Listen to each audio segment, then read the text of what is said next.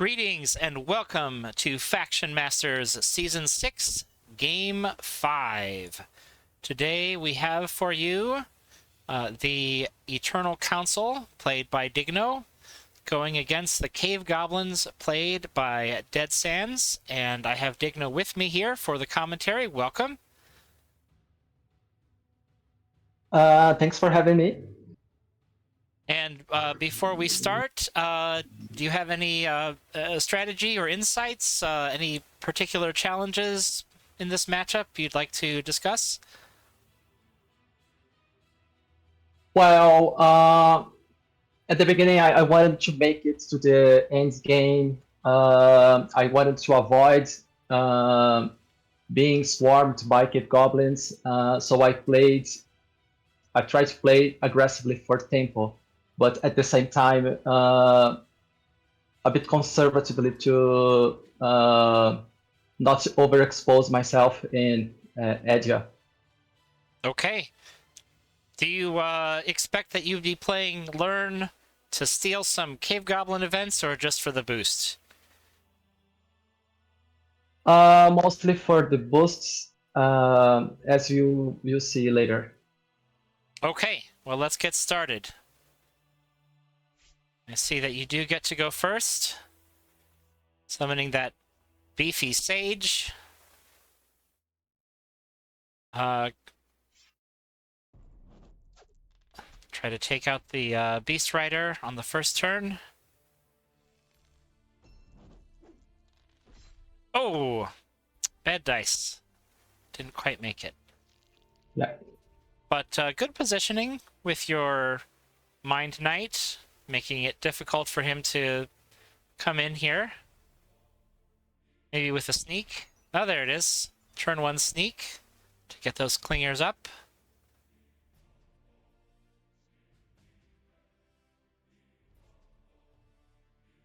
And now you have a sneak instead of a boost. But that becomes magic, so that's not too bad.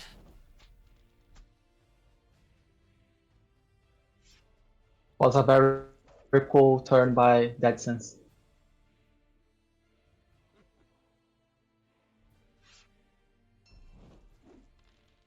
Yeah, getting sneaks up early, but also in a way where he's protected. He might even be dropping some gates in the next turn. Let's see what you can do.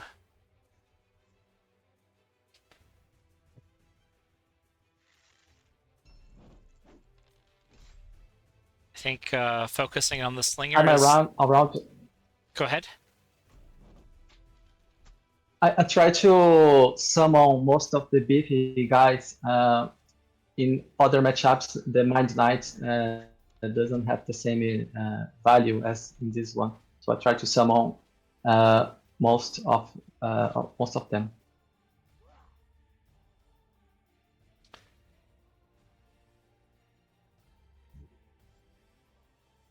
Okay, and we're seeing Blarf. He's just going to stay in the back until he's bolstered enough to fight. We also do have that forward gate. Imagine Sneaks will be switching places to try to finish off the Mind Knight.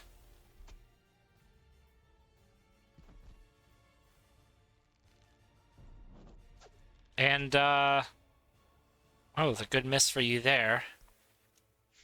Now, I notice you're still not playing Insight, even though you have a Seek. Just waiting until Psychic Assault also to combo them? That's right. I was afraid of overexposing Edja at this time. It's a good use of the exploit weakness with that Sage to finish off the Slinger. And you've got a counter gate there.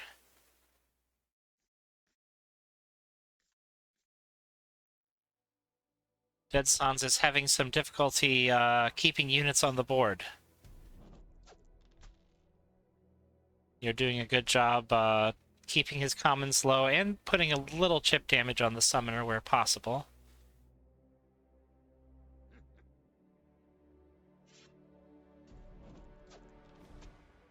But with those forward gates, he can supply his front lines pretty well.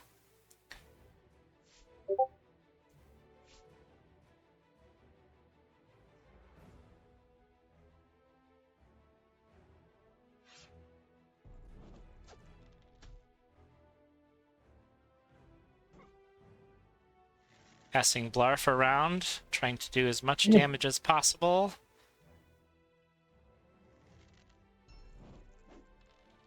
Oh, you just got him. Yeah, I got luck here. I avoided exposing Edge. I was very worried about the right time to use her, to be honest.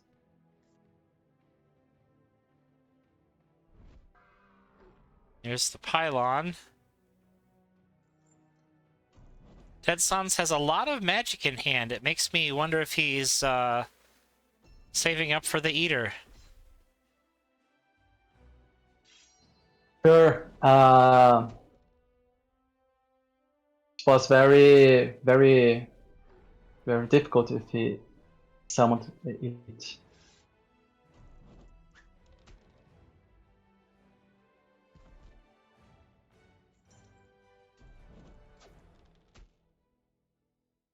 He is cleaning off your commons almost as fast as you can summon them.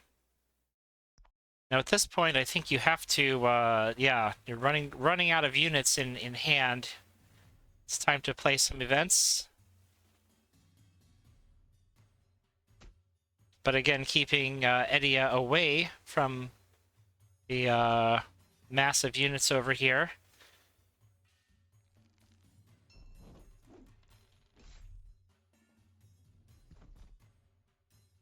And actually not using the insight yet. Still holding on to that for later. Yeah, I figured out that it's very hard to get value from the assault and the insight in the same game. So I played conservatively here. And it looks like DeadSans likewise not taking any risks. I was about to say, if you kill that Clinger, you open yourself up to attacks from a Beast Rider, but the dice were such that you didn't kill the Clinger. DeadSans may have wished for that to be dead. Now he's got a Climber here. He could try to block off your gate just a little bit.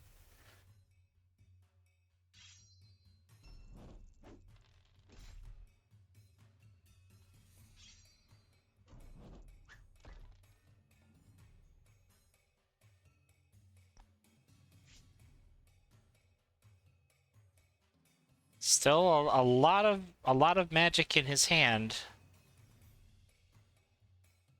You're a little bit ahead on the draw pile, but pretty far behind on magic. We'll see what comes from that. Yeah. I was afraid of losing Onicon in case he summoned the Eater. Yeah. Yeah, that Clinger is actually blocking his summon spot now. I can't seem to find a way to get rid of it.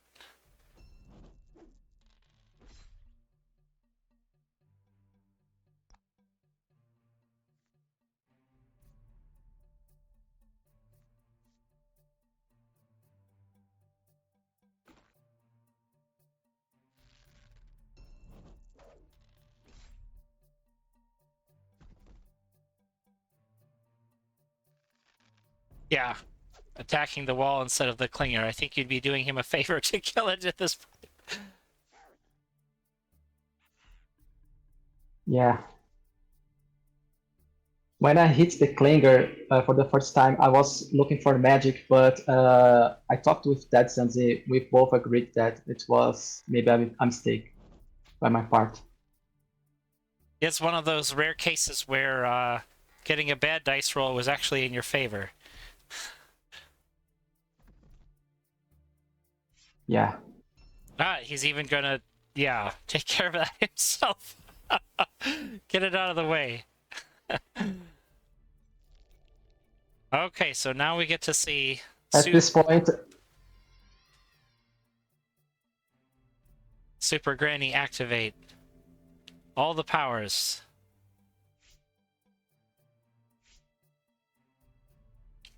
Now he still has a pylon. He still has a horde. What's it called? Goblin Rage. I think you can we can. pause here? Yeah, let's do it. Let's discuss this a bit. Yeah. This time around, I made a move a bit greedy, Mm-hmm. and my my thought was, if I don't do this right now, maybe I won't have another chance, Yeah. and it would cost me maybe lose the board. So I went for it. Mm-hmm.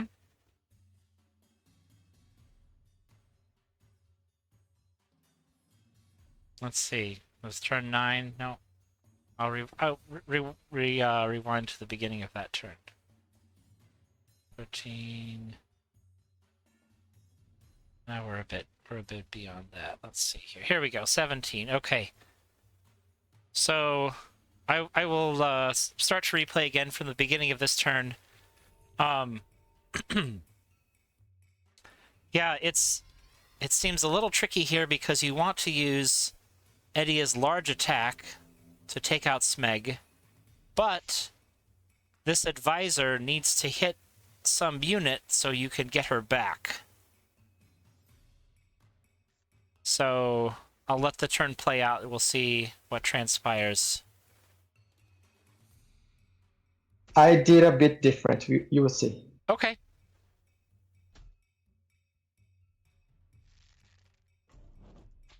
Well, the advisor is I think I lost that detail when I paused it. Oh, you're going for sneaks. Oh, now this is interesting. Oh no. Yeah. Except for that. Well, I like the idea of it. Unfortunately, you didn't get the shot on sneaks that you were hoping for. Could have been 5. Could have gotten him really low. I think you feel pretty safe here with only 2 flanks exposed. We'll see what DeadSans has in store.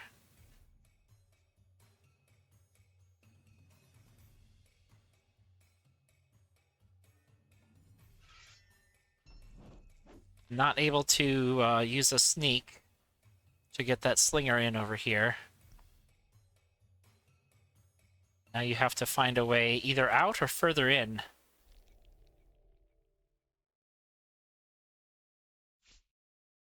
Was not that bad, right? No, not that bad. During this turn, when I bought this, I draw this gate. I changed my mind and I played different, going forward and blocking the gate.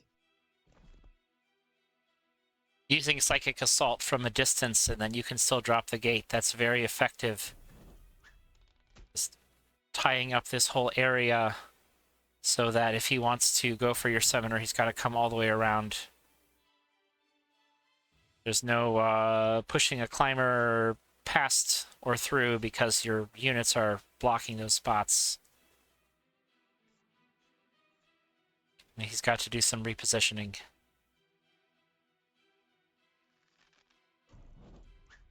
At this point, I was playing around the climbers. Mm-hmm.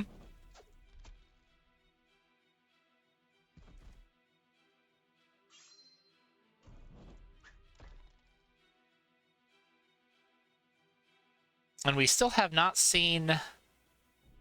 There it is, Unrelenting. Must have been at the bottom of his deck. But you can almost bet he'll play another one next unlucky. turn. Next turn, too.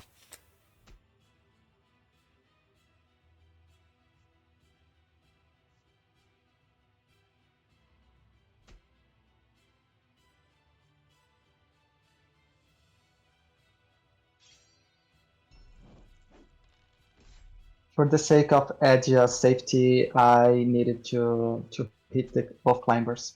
Right.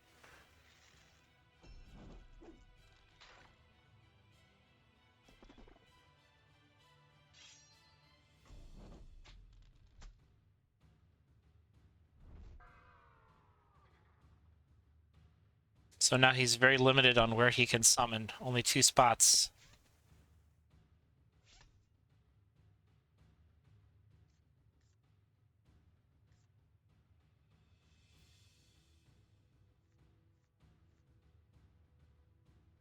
Three cards left in his hand. And we still haven't seen 3 key events. But there could be a unit in there. One of them is the other Unrelenting, I'm sure.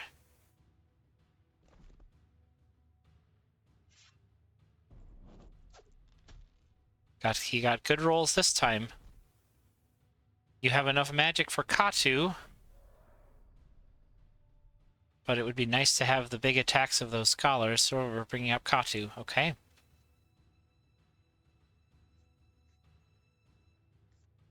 Keeping Edia safe. Allowing Katu to gain some boost. Seems a good way to do it. Yeah, playing very conservatively.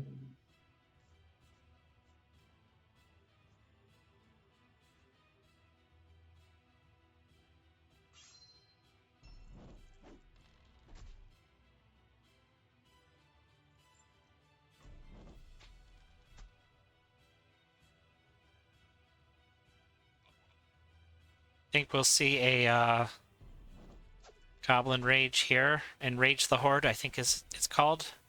Sometimes I use the names from first edition because I don't remember the second edition names. Enrage the Horde, there it is.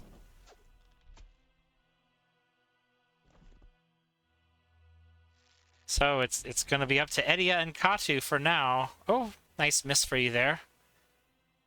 Those scholars will have to wait their turn to come out.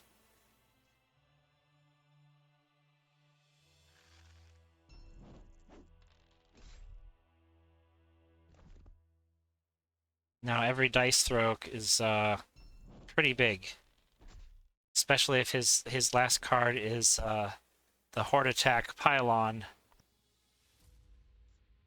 It's hard to get a good pylon when you don't have very many units. Or it could be the Eater. But yeah, I guess it was the Eater. Attacks of one at a time are not going to do much against your high health champions here.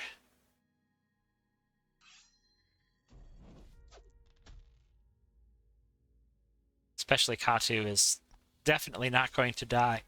If you can keep Edia safe behind those scholars, I think he'll be in good shape. Yep, there it is. There's not a lot he can do to get past it now.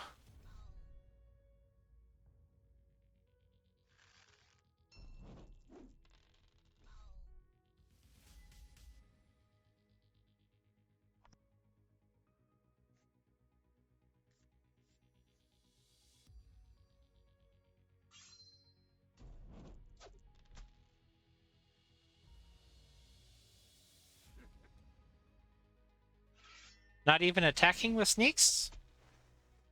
It could be just a misclick. At this point, it probably doesn't make as big a deal. I suppose he's thinking about killing that wall to get enough magic for the Eater, but I don't think the Eater would be getting off more than just 1 or 2 attacks anyways, so...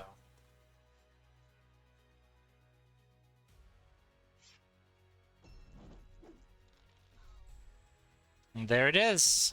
Win for the Eternal Council. Goblin hordes have been thwarted. Well done!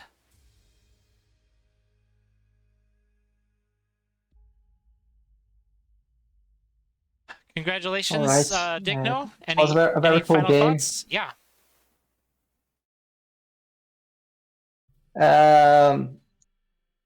I thought the DeadSans had a chance with going for the econ game. was very different.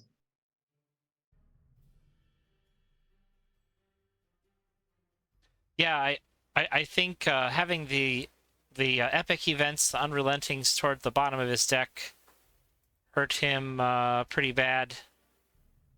It was just hard to get the hordes going when you can only summon a few at a time and they get destroyed every turn. So in the sort of back and forth battling, he wasn't able to get much pressure on your gates, or deal with, like you said, the beefy units, the scholars and the Mind Knights with the 4 health and the higher attacks. I said scholars. I should have said sages. Scholars are not quite so beefy. But very well played. Thank you for joining us. Thank you. And thank you to all of our viewers. We will see you next time for more Faction Masters.